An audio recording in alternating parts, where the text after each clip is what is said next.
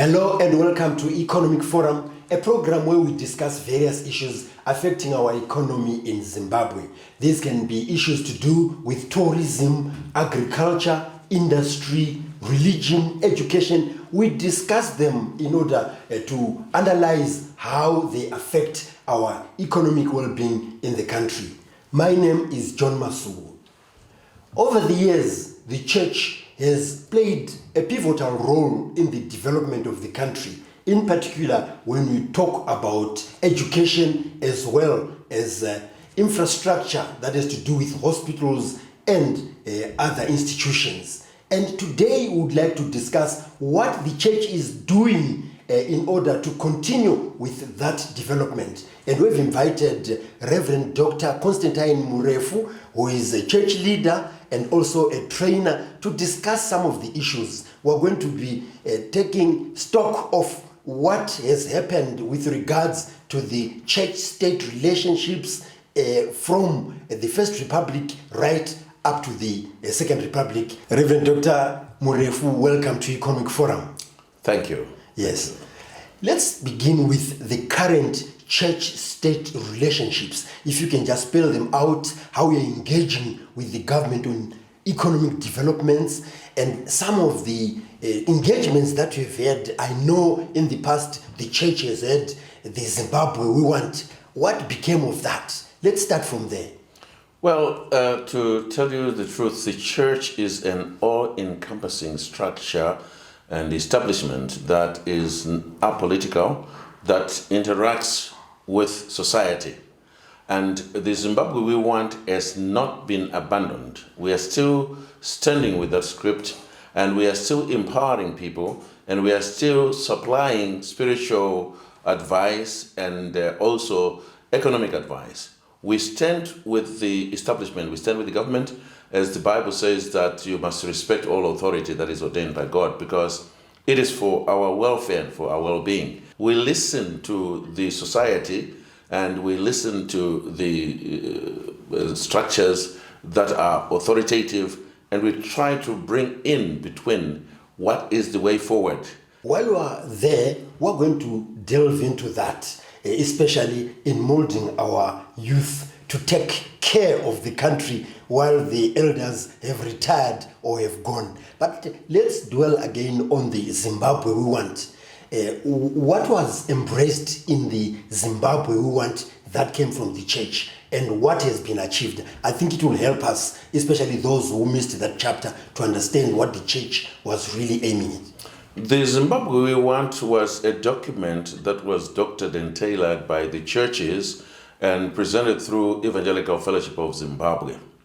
That document was presented to the First Republic, and we are expecting that that script will be followed and will be taken into action in the process of time, because we are citizens of this country, and everybody else, no matter how big, how great, how small, how powerful, how important or unimportant, everybody is an integral part of this Zimbabwe. So Zimbabwe we want was a collection of data from various sectors of society, including industry, and we as the church gave the guideline and did the panel beating and presented the Zimbabwe we want to the rightful authorities for action. And as you said, it was spearheaded by the Evangelical Fellowship. Did other church groups also join into that, so that you spoke with one voice as the church? I'm speaking here about the ZCC as well as other church groupings that are not in EFZ.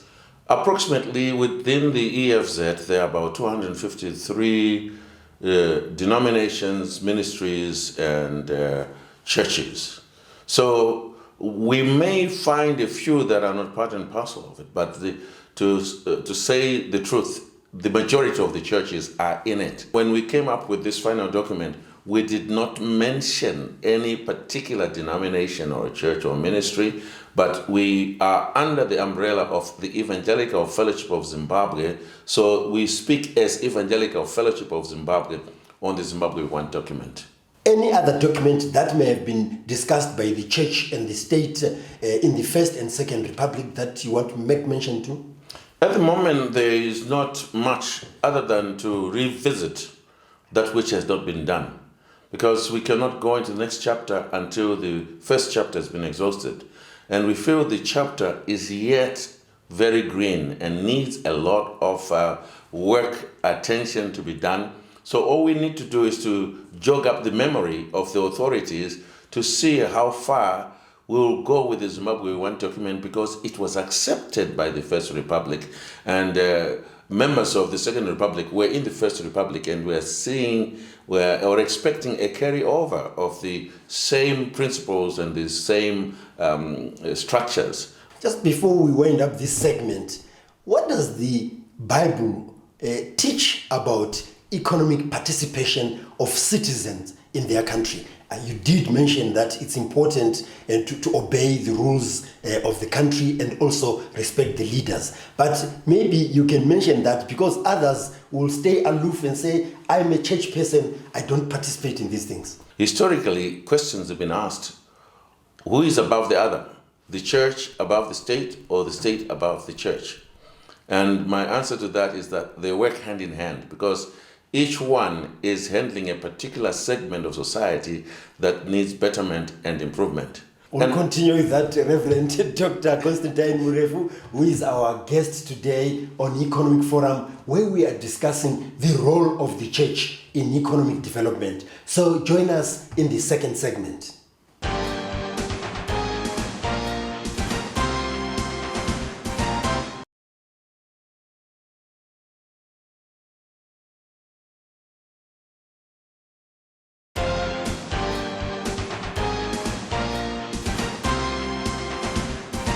We are now in the second segment of Economic Forum, where today we are discussing the role of the church in economic development. And our guest is Reverend Dr. Constantine Murefu, who is a church leader as well as trainer, and also trains entrepreneurs within the church.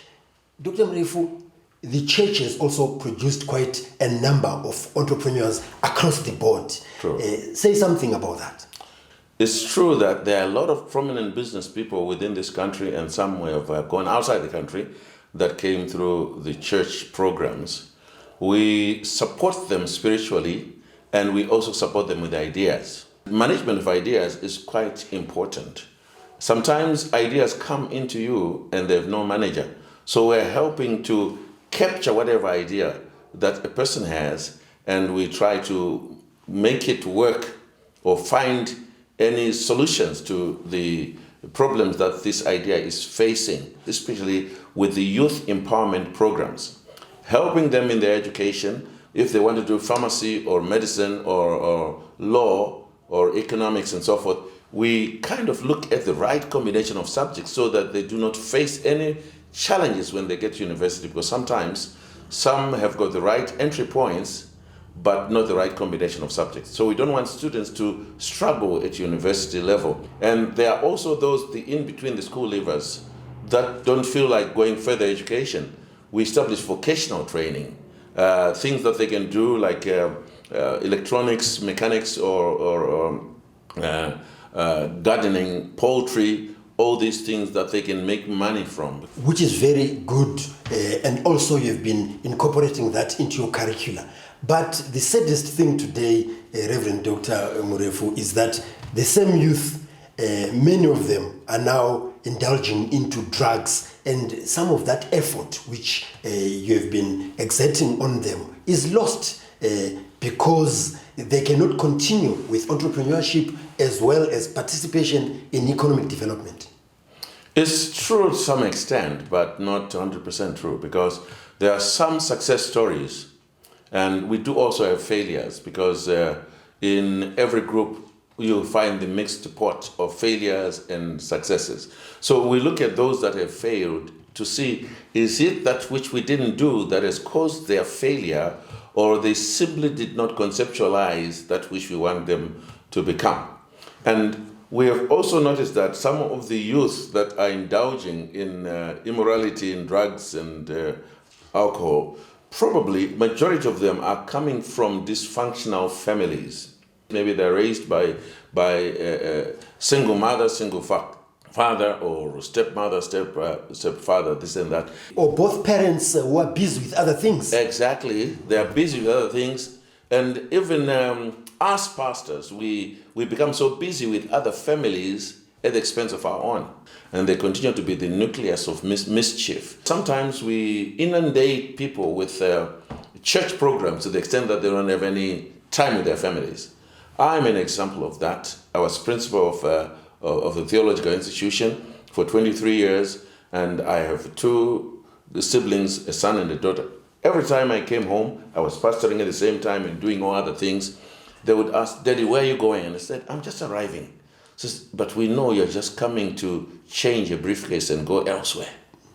And I picked up the message. They're saying, "You are never here for us. You're just here to come and change and go." And you had to mend your ways. I had to. And we chose a particular day, 1 day per week was family day, no matter what, whereby the family chose activities, devotions, and prayers, what have you, the diet, what we're going to eat. And each member of the family will be taking their turn each week. I'm happy that I'm a proud father of two successful children who have their own careers, their own families. Because they showed you the way. I like that. We showed each other the way. There was a mutual undertaking, and they're doing very well. So we're quite happy with that. And I'm also trying to help other families as well as other ministers to show them that family comes first. And if we all take care of our families, probably we will weed out juvenile delinquency, prostitution, abuse, child abuse, and especially the girl child is more vulnerable, and other malices that are affecting society. Yes. The other interesting point that Reverend Dr. Murefu, you have to address is the issue of the prosperity gospel. You've been telling us about how, as the church, you have been training the youngsters in order to be skilled and work for themselves. But there are others who just believe that I will pray and everything will just come like manna from heaven. Yes, we need to balance. Prayer is in the revelatory equation, but the work ethics is in the hands-on equation. So praying without action is not productive. We want everybody to prosper because it is the will of God for you to prosper. But how do you prosper? Business has got its own language. The Bible has got its own language. What you call capital in business, the Bible calls it seed. What you call profit in business, the Bible calls it bread. What you call inflation and devaluation in business, the Bible calls it moth and rust. What you call investment in business, the Bible says cast your bread upon the water. So the Bible has got terminology for business, which you have not captured. So the intelligent thing is to distinguish between seed and bread, between capital and profit. Sometimes we eat up everything that we have got nothing else to invest in, because you can forfeit some things and some in very expensive gadgets, these mobile phones. Sometimes you find somebody with the latest mobile phone and he's trying to look for something to get business started with. You can sell that mobile phone to get a business started. That's Reverend Dr. Constantine Murefu, who is our guest today on Economic Forum, where we are discussing the role of the church in economic development. So join us in the third and final segment of Economic Forum.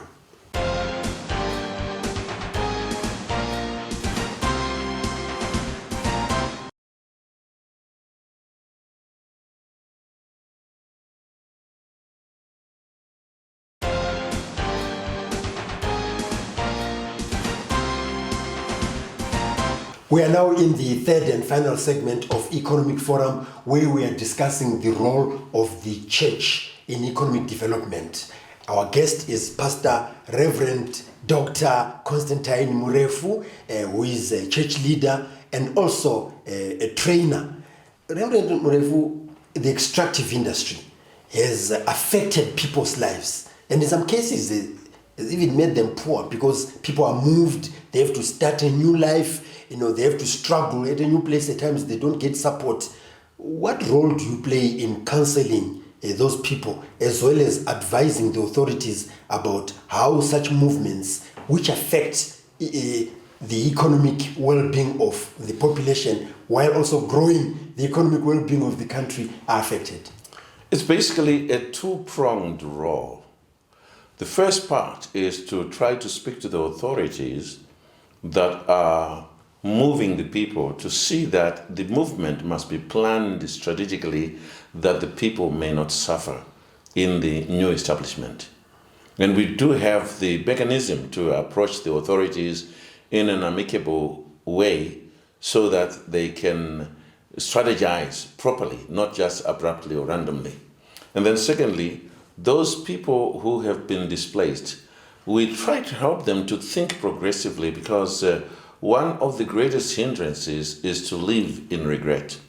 When you live in regress, it means you are living backward and you don't see any way forward. So we try to give them hope and prayer support, as well as capacity building to see what can be done, because in every piece of land, there must be some potential to get you something out of it, because God created that land. So we know that you may cry over the displacement, but there is always a new hope as long as there is life in you. But if at all possible, strategizing could be done by the authorities that be, it'll be much more helpful. Yes. Now let's come back to the projects that you mentioned in passing in some of our segments. Let's be more specific about how the church can continue to encourage, members to actually make bigger projects than just market gardens, but grow them. They should be bigger than what they are, and they should even participate in some of the expos and so forth, and probably to the extent that they pay tax to the government. Yes. Oh, definitely so. Yes, projects, of course, we have, there are some projects that we as a church are involved in especially the vocational training aspect, and empowering people with skills, either dressmaking, sewing, and other basic skills to get them self-sustained. But on a greater capacity level, we are identifying the potential within each person and helping them to become what they should become. Because a human being is human become, there's a process that you go through from one level to another level. And we try to tell people that wherever you are and whatever you are doing is a transit point. Being born poor is not your fault, but dying poor is your fault. There are things you could have done that help you. If you look at some of these prominent business people, they did not start with a golden spoon or a golden fork or a diamond in their mouth. They started very small and they began to rise. And I'm also thinking of the words of Steve Harvey Covey, who said, and I quote, "If I think of the big things that have been caused by the small things, then I begin to wonder if there is anything small." End of quote. Which means small is the father of big. Whatever you are starting small is going to create big in the process of time. If it's properly managed and it's supervised, you give it time, and the component you have in your hands is called time. Time is 24 non-refundable fragments of eternity. What you don't use, you don't carry forward. So commit your time to something that is productive. And if you need help with ideas, we are there, because we ask you questions, interrogate you, see what is it that you are more passionate about. And when we see that which you are passionate about, we either help you if we have the capacity to, or we link you with the necessary establishments that can help you to cross over the bridge to some other state. Because sometimes some of our young people are very short-sighted. They see somebody driving one of the latest vehicles because they come from a well-to-do family, and they also want to drive that. Competition is not healthy because you don't know how they got those things. You choose a path that you can manage slowly, but getting to your destiny and you will get there. You've mentioned a very interesting point there, Reverend Dr. Murefu. Corruption, fighting corruption in the country. And some of the people in society who are named as corrupt people may be members of your church. How do you deal with them? If I'm a member of your church, I buy you a car as my pastor and build a building at the church and so forth. The tendency is for pastors or reverends to keep quiet. Let me start from a personal position. I cannot be bought with money. If you give me money, I will accept it. But doesn't stop me from scrutinizing your righteous living. And if you say that if I talk to you, you're going to withdraw your support, I said, go ahead. Because if you're not living right, I cannot continue with you. You have to be helped. And all members of the congregations that I've pastored, they know very well that if you give me a gift, you are under limelight, you're under the spotlight. I begin to check your morality, your righteousness, your relationship with God, because I'm looking at the long-term effect, not just the now. And then, as the church, if we do identify any form of corruption, we call that particular individual for questioning and counseling to understand their viewpoint. We don't judge in their absence, but we bring them to the rightful counsel. And if discipline needs to be meted out, it will be meted out. If advice is needed, advice will be given. But it's not to say we have been able to totally weed out corruption. There are some red herrings. There are some who will continue with that. And there are some who promise that they have stopped doing that, and yet underhand they're continuing with their shenanigans. So we do have people like that. And somehow, when you have somebody like that, it's difficult to really identify where the problem is. But we do preach righteousness and integrity. And if you're doing business, managing your business, it must be done with honesty, with integrity, not the underhand dealings. So we do speak against corruption. Maybe to buttress that, you need to make reference to the teachings of God himself. What did he teach about, giving that which is not obtained in the godly way? No, God simply says, do not make friends with mammon, because the love of money is the root of all evil. It doesn't say money is the root of all evil. It is the way you love money becomes the root of all evil. So if you are going to get money through rightful means, moral means, ethical ways, there's nothing wrong with that. But if you're going to be using certain cunnings and shrewdness, which is not righteous, you are actually subtracting value to yourself and to the society and creating a future corrupt society by impartation as well as by generational transcendence. So we weed out that, and we have not been able to totally do that, but we are making every effort to make sure that we live according to biblical principles. Reverend Dr. Constantine Murefu, thank you very much for coming onto Economic Forum. That was our guest for today.